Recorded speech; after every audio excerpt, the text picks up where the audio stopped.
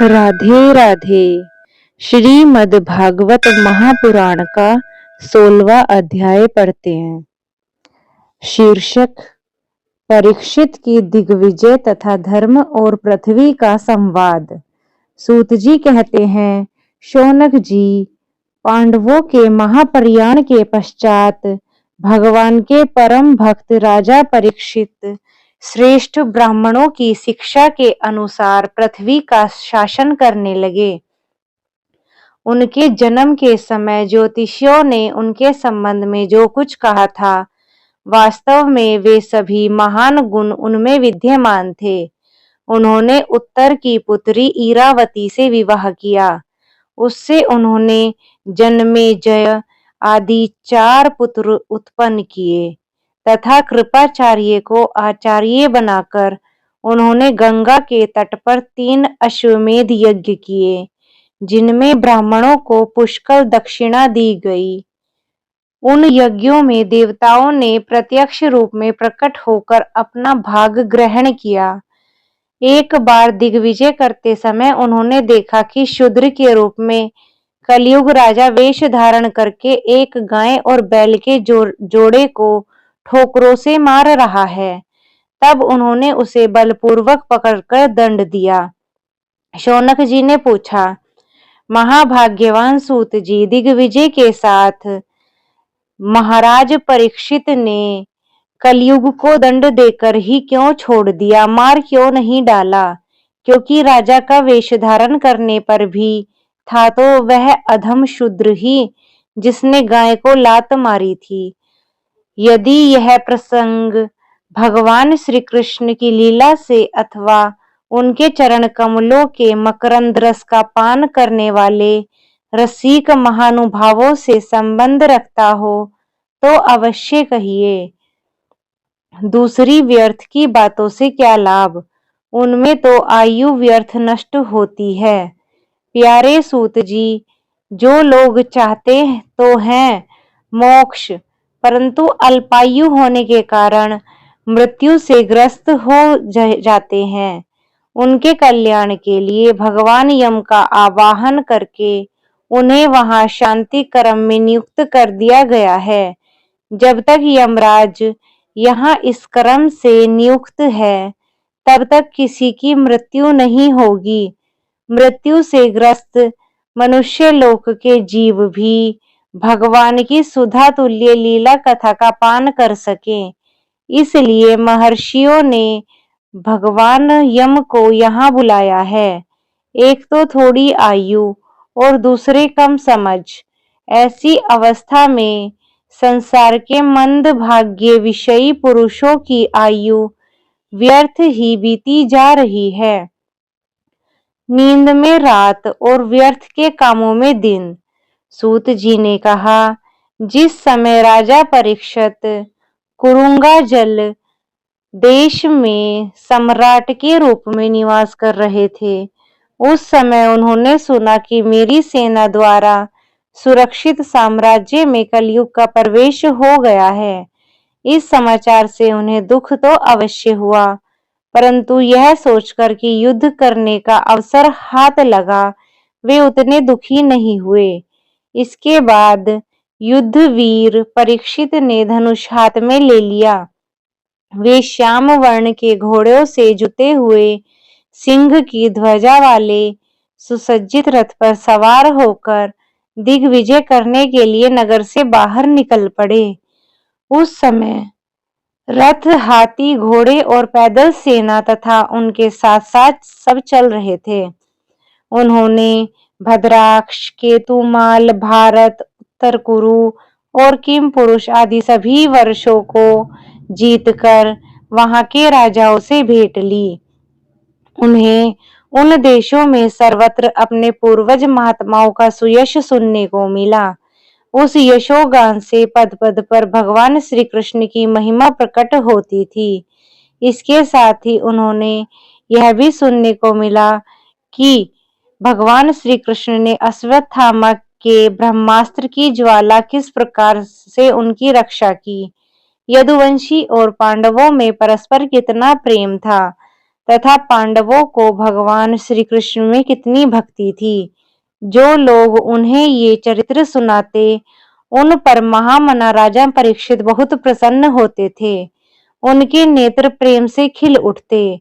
वे बड़ी उदारता से उन्हें बहुमूल्य वस्त्र और मणियों के हार उपहार रूप में देते थे। वे सुनते कि भगवान श्री कृष्ण ने प्रेम पर वश होकर पांडवों के सारथी का काम किया, उनके सभासद बने, यहाँ तक कि उनके मन के अनुसार काम करके उनकी सेवा भी की। उनके सखा तो थे ही, दूत भी बने। वे रात को शस्त्र ग्रहण करके वीरासन में बैठ जाते और शिविर का पहरा भी देते थे। उनके पीछे पीछे चलते, स्तुति करते तथा प्रणाम करते। इतना ही नहीं, अपने प्रेमी पांडवों के चरणों में उन्होंने सारे जगत को झुका दिया। तब परीक्षित की भक्ति भगवान श्री कृष्ण के चरण कमलों में और भी बढ़ गई। श्री कृष्ण भगवान की जय। तब परीक्षित इस प्रकार दिन दिन पांडवों के आचरण का अनुसरण करते हुए दिग्विजय कर रहे थे। उन्हीं दिनों उनके शिविर से थोड़ी ही दूर पर एक आश्चर्यजनक घटना घटी। वह मैं आपको सुनाता हूँ। धर्म बैल का रूप धारण करके एक पैर से घूम रहा था। एक स्थान पर उसे गाय के रूप में पृथ्वी मिली। पुत्र की मृत्यु से दुखिनी माता के समान उसके नेत्रों से आंसुओं के झरने झर रहे थे। उसका शरीर श्रीहीन हो गया था।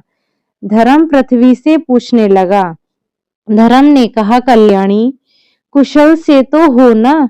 तुम्हारा मुख कुछ कुछ मलिन हो रहा है। तुम श्रीहीन हो रही हो। मालूम होता है तुम्हारे हृदय में कुछ न कुछ दुख अवश्य है। क्या तुम्हारा कोई संबंधी दूर देश चला गया है जिसके लिए तुम इतनी चिंता कर रही हो? कहीं तुम मेरी तो चिंता नहीं कर रही हो कि अब इसके 3 पैर टूट गए हैं, एक ही पैर रह गया है? संभव है तुम अपने लिए शोक कर रही हो कि अब शूद्र तुम्हारे ऊपर शासन करेंगे। तुम्हें इन देवताओं के लिए भी खेद हो सकता है जिन्हें अब यज्ञों में आहुति नहीं दी जाती, या उस प्रजा के लिए भी जो वर्षा न होने के कारण अकाल और दुर्भिक्ष से पीड़ित हो रही है। देवी, क्या तुम राक्षस सरीखे मनुष्यों के द्वारा सताई हुई अरक्षित स्त्रियों एवं आरत बालकों के लिए शोक कर रही हो? संभव है विद्या अब कुकर्मी ब्राह्मणों के चंगुल में पड़ गई है और ब्राह्मण विप्रद्रोही राजाओं की सेवा करने लगे हैं, और इसी का तुम्हें दुख हो रहा है। आज के नाम मात्र के राजा तो 16 अपने कलयुगी हो गए हैं। उन्होंने बड़े बड़े देशों को भी उजाड़ डाला है। क्या तुम उन राजाओं या देशों के लिए शोक कर रही हो? आज की जनता खान पान, वस्त्र, स्नान और स्त्री सहवास आदि में शास्त्रीय नियमों का पालन न करके स्वेच्छाचार कर रहे हैं। क्या तुम इससे दुखी हो रही हो? माँ पृथ्वी, अब समझ में आया हो न हो तुम भगवान श्री कृष्ण की याद में दुखी हो रही हो, क्योंकि उन्होंने तुम्हारा भार उतारने के लिए ही अवतार लिया था और ऐसी लीलाएं की थी जो मोक्ष का भी अवलंबन है। अब उनके लीला संवरण कर लेने पर उनके परित्याग से तुम दुखी हो रही हो। देवी, तुम तो धन रत्नों की खान हो। तुम अपने कलेश का कारण जिससे तुम इतनी दुर्बल हो गई हो मुझे बतलाओ। मालूम होता है बड़े बड़े बलवानों को भी हरा देने वाले काल ने देवताओं के द्वारा वंदनीय तुम्हारे सौभाग्य को छीन लिया है। पृथ्वी ने कहा, धर्म, तुम मुझसे जो कुछ पूछ रहे हो वह सब स्वयं जानते हो।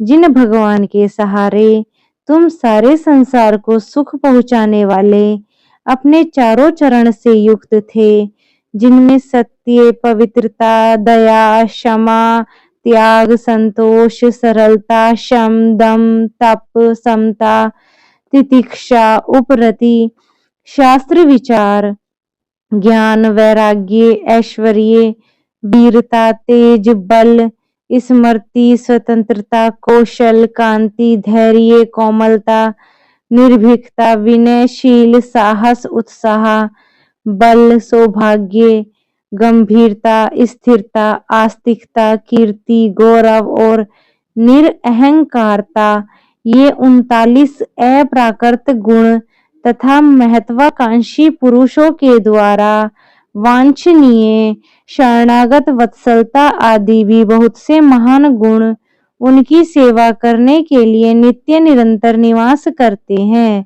एक क्षण के लिए भी उनसे अलग नहीं होते। उन्हीं समस्त गुणों के आश्रय सौंदर्य धाम भगवान श्री कृष्ण ने इस समय इस लोक से अपनी लीला संवरण कर ली है और यह संसार पापमय कलयुग की कुदृष्टि का शिकार हो गया है। यह देखकर मुझे बड़ा दुख हो रहा है, इसीलिए मैं शोक कर रही हूँ। अपने लिए देवताओं में श्रेष्ठ, तुम्हारे लिए देवता, पितर, ऋषि, साधु और समस्त वर्णों तथा आश्रमों के मनुष्यों के लिए मैं शोकग्रस्त हो रही हूँ, जिनका कृपा कटाक्ष प्राप्त करने के लिए ब्रह्मा आदि देवता भगवान के शरणागत होकर बहुत दिनों तक तपस्या करते रहे। वही लक्ष्मी जी अपने निवास स्थान कमल वन का परित्याग करके बड़े प्रेम से जिनके चरण कमलों की सुभग छत्र छाया का सेवन करती है, उन्हीं भगवान के कमल, वज्र, अंकुश, ध्वजा आदि चिन्हों से युक्त श्री चरणों से विभूषित होने के कारण मुझे महान वैभव प्राप्त हुआ है और मेरी तीनों लोकों से शोभा बढ़ गई है, परंतु मेरे सौभाग्य का अंत हो गया है। भगवान ने मुझे अभागिनी को छोड़ दिया है। मालूम होता है कि मुझे अपने सौभाग्य पर गर्व हो गया था, इसीलिए उन्होंने मुझे यह दंड दिया है।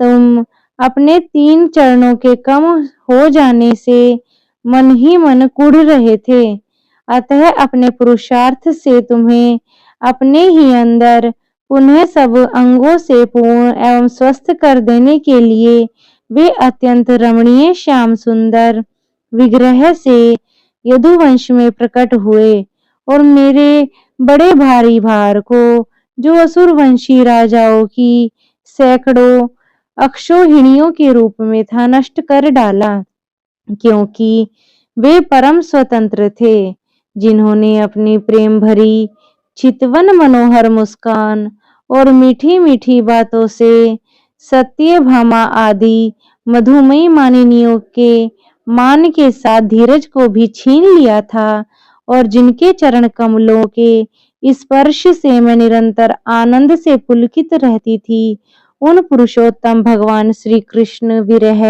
भला कौन सह सकता है। धर्म और पृथ्वी इस प्रकार आपस में बातचीत कर ही रहे थे कि उसी समय राजऋषि परीक्षित पूर्व वाहिनी सरस्वती के तट पर आ पहुंचे। राधे राधे, हरि ओम तत्सत, हरि ओम तत्सत, हरि।